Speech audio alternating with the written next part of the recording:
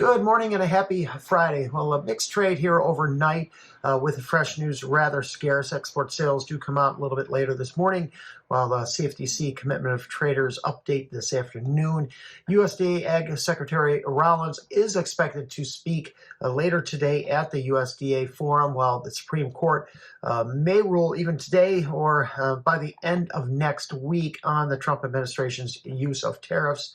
Weather-wise, we saw some lingering rains in east central areas of Argentina here in the past 24 hours, along with some of the northwestern growing areas.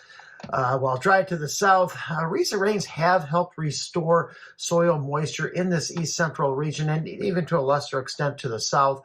Southern growing areas of La Pampa and Buenos Aires now return into a drier pattern into month end. Dry across much of Brazil the last 24 hours. This week's drier pattern has benefited soybean and first crop corn harvest operations, along with second corn crop plantings. Week 2 of the outlook in Brazil is starting to shift back to increasing rains for the north, while drier to the south. Here in the U.S., winter has reemerged across the north central Midwest, at least temporarily.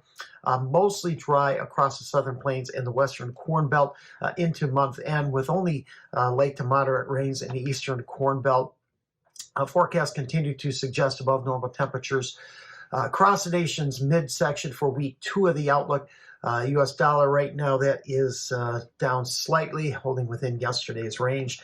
Crude oil down 35 cents a barrel, while U.S. equity markets are also looking slightly lower. We had speculative traders, light sellers in corn yesterday, about 1,500 contracts, got that short position back out to about 44,000 contracts. Moderate buyers everywhere else. They did buy about 5,000. Bean oil took that long position up to 36,000 contracts, and they bought also 5,000 contracts in Chicago wheat, taking that short position. We've got that just under 70,000 contracts now. March corn, as we get closer to the pause, up 1 1/4 penny at 4.27, holding within yesterday's range. Yesterday's EIA data did show a modest rebound in ethanol production, up to 329 million gallons, which was in line with expectations and above the pace needed to reach the USDA corn usage forecast.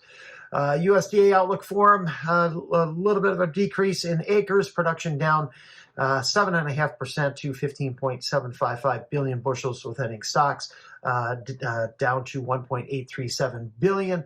Export sales later this morning expected to range between 35 and 85 million bushels for corn. Overall price is just stuck in this 415, 440 range. March beans steady now at 11.41. Saw some two-sided trade here overnight. Meal's up $3.50, while oil has backed up about 50 points. Oil is overdue a correction after reaching fresh contract highs the last 5 out of the last 7 sessions. Crush margins did jump another 6.5 cents yesterday to $1.86 a bushel. That is a 6-month high. Bean oil as a percentage of product value, that hit a 7-month high at 49.5%. Export sales later this morning expected to range from about 15 to 45 million bushels of beans, 200 to 400,000 tons of meal, and between 0 and about 15,000 tons of oil.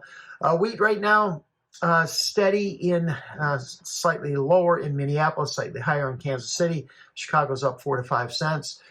Hit a fresh 3-month high in Chicago, fresh 6-month high overnight in Kansas City. Wheat, yesterday's drought monitor did show winter wheat areas in drought only ticked up 1% to 46%, but that is a 52-week high, and look for that to expand here in future weeks with the dry outlook. Export sales expected to range between 10 and 20 million bushels. Thanks for listening, everyone. I hope you have a wonderful weekend.